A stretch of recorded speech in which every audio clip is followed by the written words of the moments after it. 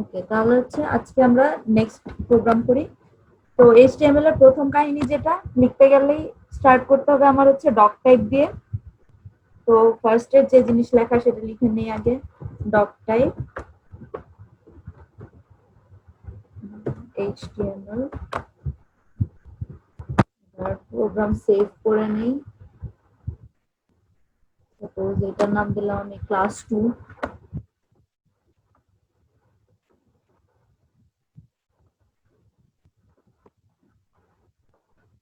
Dot HTML.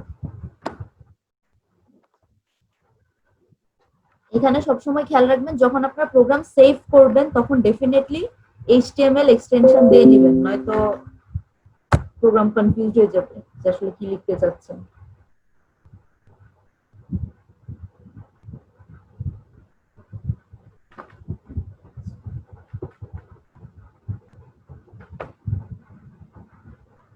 ওকে, so Sublime টেক্সটে দেখেন এখানে একটা মজার ফিচার আছে, আমি যখনই এইচটিএমএল লিখলাম সে হচ্ছে ইন টোটাল ফরমেশন আমাকে দিয়ে দিল, আর বাকি কিছু লেখার দরকার পড়লো না, এই যে টাইটেল হেড শো সবকিছু দিয়ে দিল সে। আচ্ছা, তো টাইটেল আমি দিয়ে দেই যে প্রোগ্রাম ফর সেকেন্ড ক্লাস।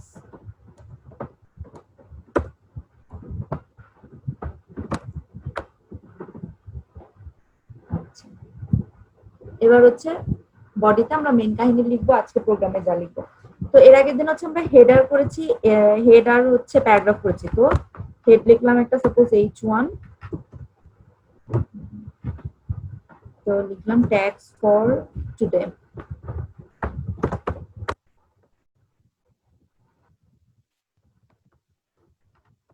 এবার আমি প্যারাগ্রাফ দিলাম। তো এইখানে প্যারাগ্রাফ দিলাম হচ্ছে ফার্স্ট থিং যেটা করবো সেটা হচ্ছে লিঙ্ক কি করে কানেক্ট করবেন। মনে করেন আপনি হচ্ছে কিছু একটা লিখবেন,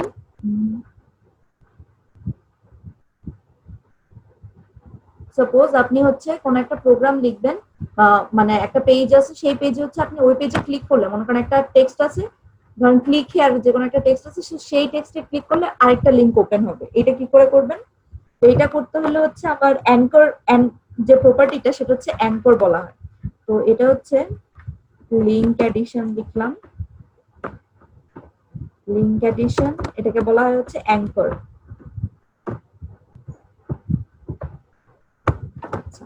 তো অ্যাঙ্কর অ্যাড করতে হলে কি করতে হয় আমার, এক্ষেত্রে লিখতে হবে হচ্ছে অ্যাঙ্করের জন্য ট্যাগ থাকবে এ।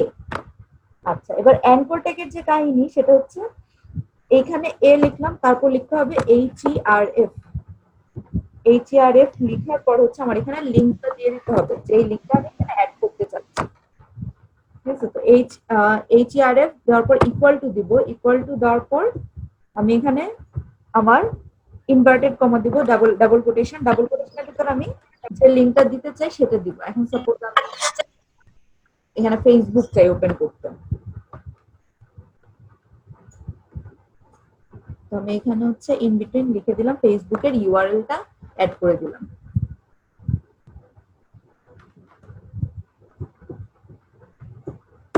এরপর এইখানে যে কথাটা লিখবো, এখন আমি এখানে যে কথাটা লিখবো সেইটা হবে আমার অ্যাকচুয়াল টেক্সট, মানে যে টেক্সটে ক্লিক মানে ক্লিকেবল টেক্সট হবে এখন।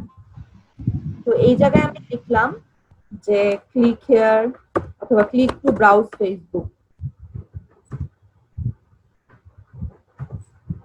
তারপর আমার অ্যাঙ্কর ট্যাগ ক্লোজ করে দিলাম।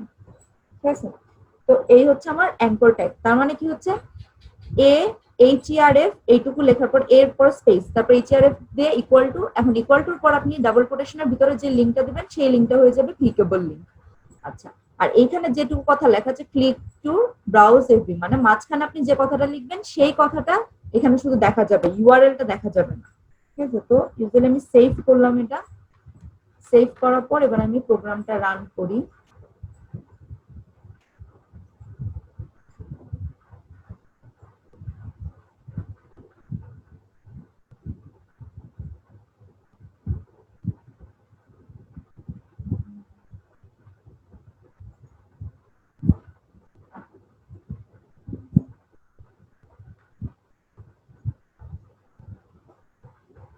তো রান করার জন্য আমি হচ্ছে এখানে যে প্রোগ্রামটা লিখেছিলাম ক্লাস 2, জাস্ট সিম্পলি ক্লাস 2 তে ক্লিক করলাম, বাই ডিফল্ট এটা হচ্ছে ক্রোম দিয়ে ওপেন হলো।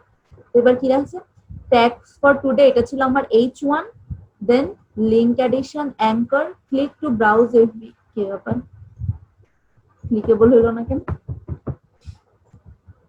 আমি কোথাও একটা ভুল করছি তাহলে শিওর।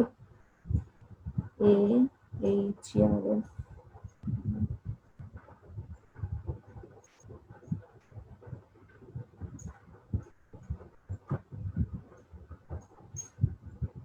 equal to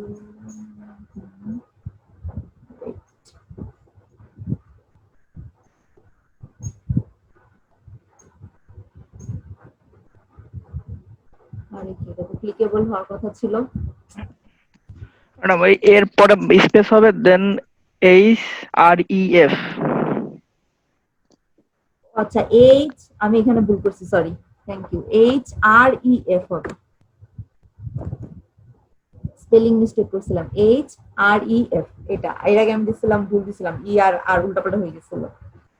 আচ্ছা, এবার হচ্ছে আবার এই পেজ রিফ্রেশ করে দিলাম, এখন হচ্ছে ক্লিকেবল হয়ে গেল। আমি এখানে ক্লিক করলাম, ব্রাউজ হয়ে যাবে জাস্ট সিম্পলি।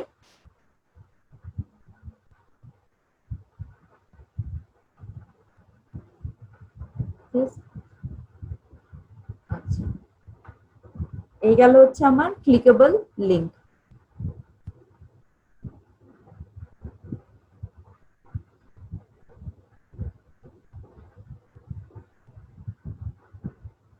আচ্ছা, এবার নেক্সট থিং যেটা করাবো সেটা হচ্ছে ইমেজ কি করে অ্যাড করবেন।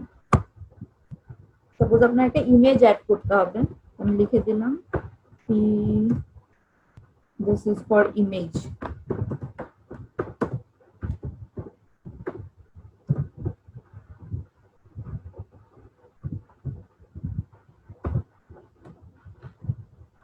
ইমেজের জন্য হচ্ছে আপনার ট্যাগ IMG, এটা হচ্ছে শর্টকাট ট্যাগ IMG। এবার লিখতে হবে আপনার SRC, মানে হচ্ছে সোর্স, তারপর ইমেজের সোর্সটা লিখতে হবে। এখন সাপোজ আমি যদি একটা অনলাইন ইমেজ দিতে চাই সেটাও পসিবল, আর যদি আমি চাই আমার পিসি থেকে ইমেজ শো করতে চাই সেটাও পসিবল। আমার পিসি থেকে যদি ইমেজ শো করতে হয় তখন হচ্ছে ডিরেক্টরি সহ লিখতে হবে। একটা উপায় আছে যে ইমেজ আমার যে ফোল্ডারে আমি এই প্রোগ্রামটা রাখলাম, এই সোর্স কোডটা যে ফোল্ডারে রাখবো সেই ফোল্ডারে ইমেজ দেখাইতে হবে, অথবা আমার হচ্ছে SRC লেখার পর হচ্ছে পুরো ডিরেক্টরি দিতে হবে যে কোন ডিরেক্টরি থেকে ইমেজটা শো হবে। আচ্ছা, তো এখানে SRC, এরপর হচ্ছে আবার ডাবল কোটেশন, এবার ডাবল কোটেশনের ভিতরে হচ্ছে আমি ইমেজ দিয়ে দিব। আচ্ছা, তো এবার হচ্ছে আমি একটা অনলাইন ইমেজ দিয়ে দিচ্ছি যেটা অলরেডি এক্সিস্ট করে এরকম।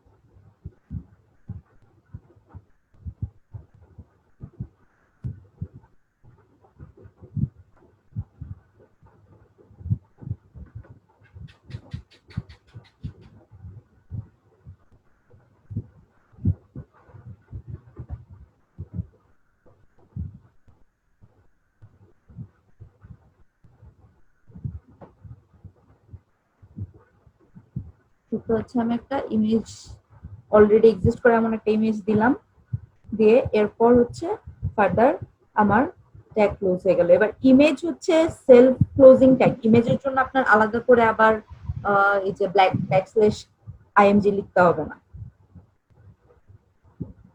আচ্ছা, এটা করার পর সেভ করলাম। এবার আমি আবার আমার প্রোগ্রাম রান করাই যদি,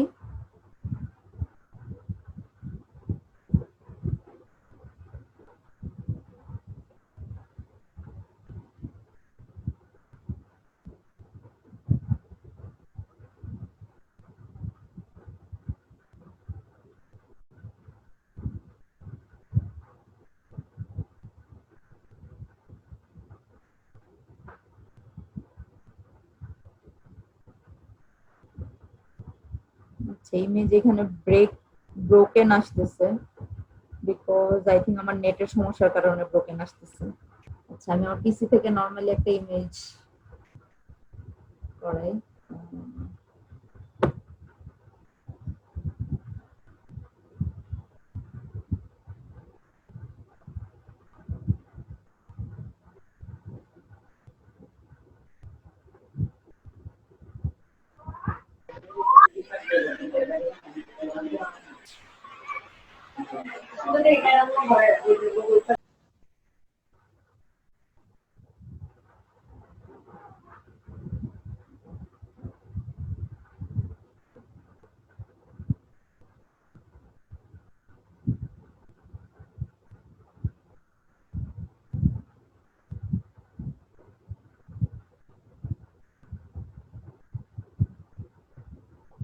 কি ব্যাপার আমার পিসি থেকে কোনো ইমেজ নেই, আমি কোনো ইমেজ খুঁজে পাইতেছি না সিম্পল।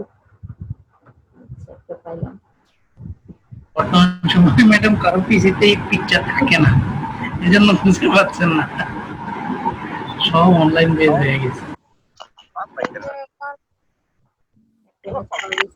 সেই ইমেজ হচ্ছে আমি আমার ওই ফোল্ডারে দিলাম, যে ফোল্ডারে program hello ma'am, picture download করে নেন ম্যাম, পোস্টে রেখে ফোল্ডারে।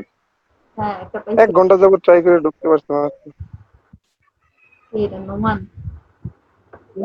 জি ম্যাম।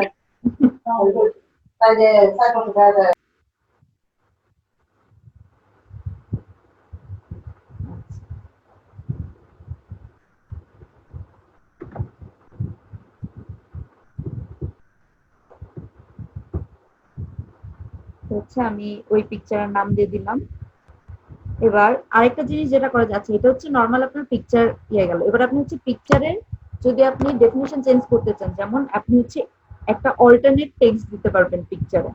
তো অল্টারনেট টেক্সট দেওয়ার সুবিধাটা কি, মনে করেন আপনার পিকচার সামহ লোড হলো না, যেমন একটু আগে যেটা আমার হইলো, আমার পিকচারটা লোড হয়নি, শুধু একটা ইমেজ আইকন চলে আসছে ছোটখাটো।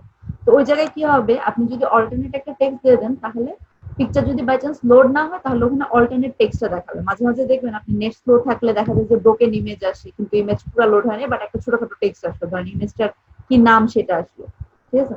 তো এরকম অ্যাড করে দেওয়া যাবে। তো আমি লিখবো, এটা অ্যাড করতে গেলে হচ্ছে আমি লিখতে হবে ALT ইকুয়াল টু, এরপর ডাবল কোটেশনের ভিতরে আমি লিখবো যেটা মানে যেটা নাম দিতে চাচ্ছি। সো এখানে সাপোজ দিলাম মাই ইমেজ,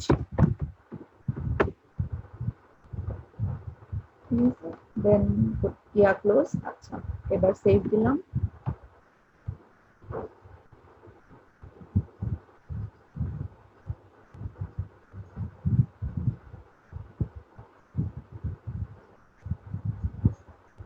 এবার আমার ইমেজ চলে আসছে, ঠিক আছে।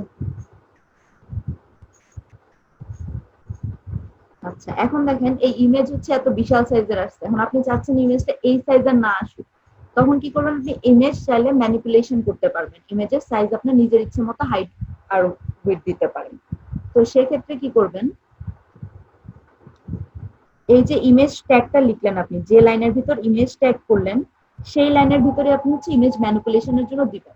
তো আমি যখন লিখলাম ALT তারপর হচ্ছে অল্টারনেট টেক্সট দিলাম, এরপর আবার স্পেস দিয়ে আমি দিতে পারবো হচ্ছে এখানে ইমেজের হাইট আর ওয়েট দিয়ে দিতে পারবো। তো হাইট দিলাম, তো হাইট এই যে কোডের ফরমেশন হচ্ছে হাইট ইকুয়াল টু দিয়ে ডাবল কোটেশনের ভিতর আপনার হাইটের প্রপার্টি লিখতে হবে। তো সাপোজ আমি হাইট দিলাম হচ্ছে 100 আর উইথ দিলাম হচ্ছে, যেহেতু এটার উইথ বেশি তো আমি সেই হিসাব অনুযায়ী দিচ্ছি, সাপোজ এটা 200। আচ্ছা তো আমি যদি কোন রকমের এখানে কোনো ইউনিটস না দেই তাহলে হচ্ছে বাই ডিফল্ট এটা পিক্সেল হিসেবে নিয়ে নিবে, আর আমি যদি লিখতে চাই তাহলে PX দিয়ে পিক্সেল লিখতে পারি, ঠিক আছে। এটা হচ্ছে পিক্সেল। আর যদি আমি ইমেজ পিক্সেল দিয়ে না করি, আমি চাইলে পার্সেন্টেজ দিয়েও করতে পারি। তখন কি হবে, পার্সেন্টেজ দিয়ে এটা মডিফিকেশন হবে। যে সাপোজ আমি যদি এই সেম লাইনটাই আরেকবার লিখি,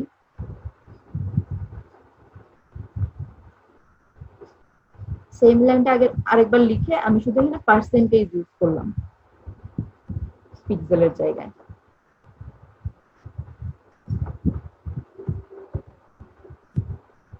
আর পরের লাইনে আমি সেম কাজটাই করলাম, কিন্তু কোনো ইউনিট দিলাম না। তাহলে দেখেন তিনটার ক্ষেত্রে তিন ধরনের।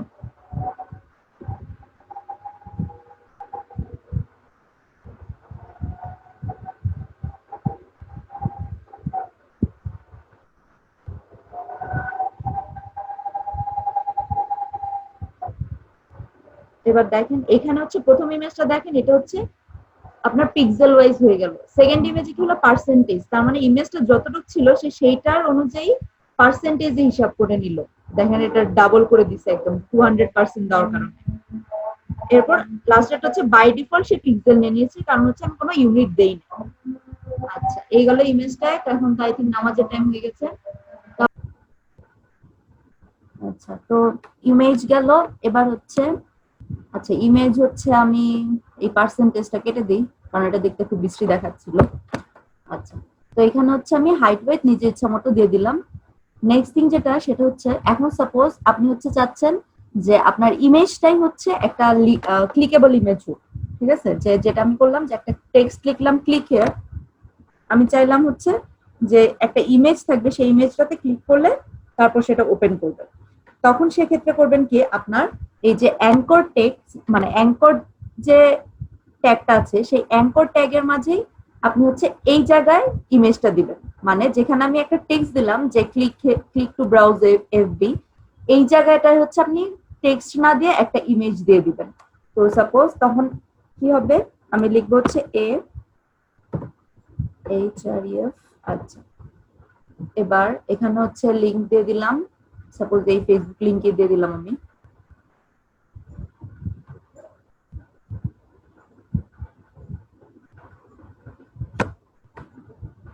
এবার এইখানে হচ্ছে আমি যেখানে আমি টেক্সট দিয়েছিলাম সেখানে টেক্সট দিব না, সেখানে আমি হচ্ছে ইমেজের ট্যাগ দিয়ে দিব। তাহলে আমি আবার এই ইমেজ ট্যাগ, আচ্ছা ইমেজটা কি পুরোটাই দিয়ে দিলাম।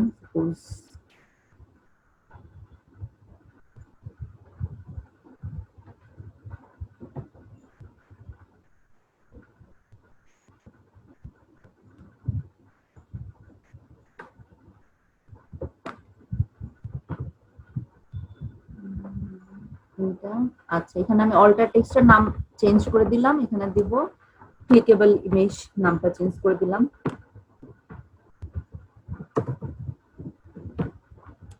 হাইট আর ওয়েট তো আমি চেঞ্জ করে দেই, এটা দিয়ে দিলাম ছোট সাইজের একটা ইমেজ, তো 20 পিক্সেল দিলাম। ওয়েট তো আমি দিয়ে দিলাম 20 পিক্সেল সাপোজ।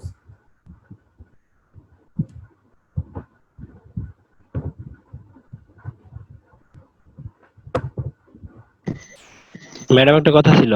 হ্যাঁ হ্যাঁ বলেন। ম্যাডাম ওই উপরের টুকুর ভিডিও কি আপনার কাছে আছে নাকি? ওটা আপলোড দিবেন না? হ্যাঁ ওটা আপলোড দিব আগে একটু। আচ্ছা ঠিক আছে। ঠিক আছে। আচ্ছা তো নেক্সট হচ্ছে এবার ইমেজ তো হচ্ছে সেলফ ক্লোজিং ট্যাগ, ইমেজের আমার ক্লোজ করা দরকার নেই, কিন্তু আমার হচ্ছে অ্যাঙ্কর ট্যাগ হচ্ছে ক্লোজ করতে হবে। সো এখান থেকে অ্যাঙ্কর ট্যাগ ক্লোজ করে দিলাম। এবার কি হবে, এবার হচ্ছে তার মানে এই ইমেজটা হয়ে যাবে আমার ক্লিকেবল। তো এটা আমি সেভ করে নিলাম।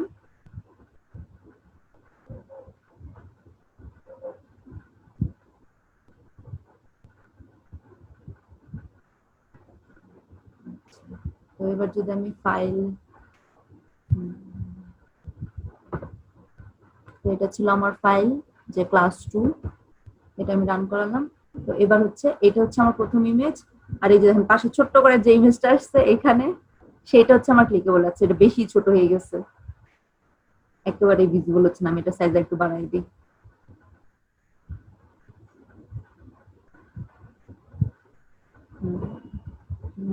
হান্ড্রেড পিক্সেল দিয়ে দিলাম, উইডথ দিয়ে দিলাম 100 পিক্সেল।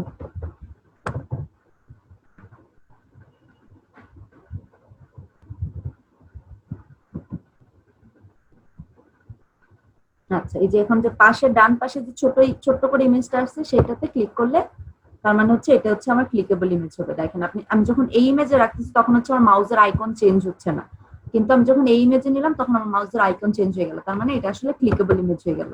এখন আমি যদি এখানে ক্লিক করি, ক্লিক করার পর দেখেন এই যে এখান থেকে চেঞ্জ হচ্ছে, চেঞ্জ হয়ে এখন এই facebook.com লিংকে ঢুকে যাবে।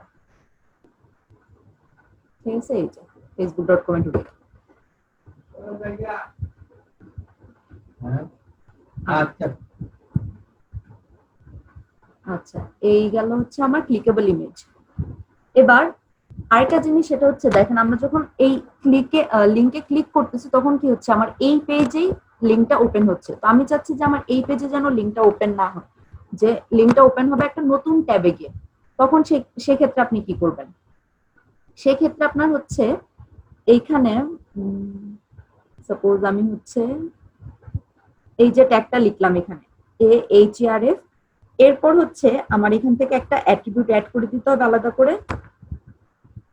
তখন কি করব, যেখানে আমি আমার লিংকটা শেষ করলাম, ঠিক আছে, এই লিংকটা শেষ করার পর এখানে আমি আরেকটা অ্যাট্রিবিউট দিব, সেটা হচ্ছে টার্গেট। টার্গেট টার্গেট দিয়ে আমি লিখবো হচ্ছে আন্ডারস্কোর ব্ল্যাঙ্ক। ঠিক আছে, যখন আমি এটা অ্যাড করে দিব যে টার্গেট আন্ডারস্কোর ব্ল্যাঙ্ক, তার মানে হচ্ছে আমি যখন ক্লিক করবো তখন নতুন ট্যাবে ওপেন হবে। সেভ করলাম, সেভ করে আবার আমি হচ্ছে আমার আগের পেজ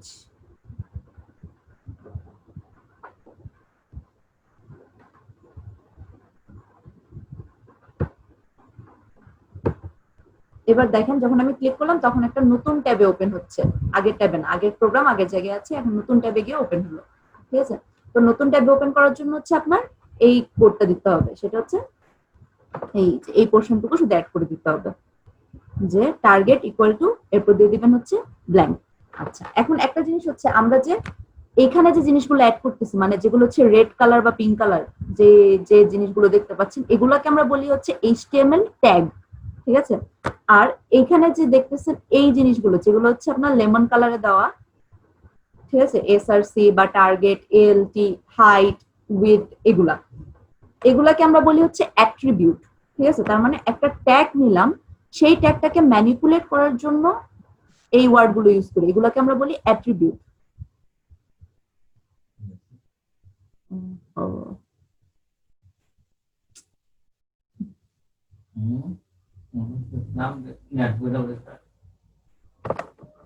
সমস্যা নাই, এখন এখান থেকে চালাবো ফোনে।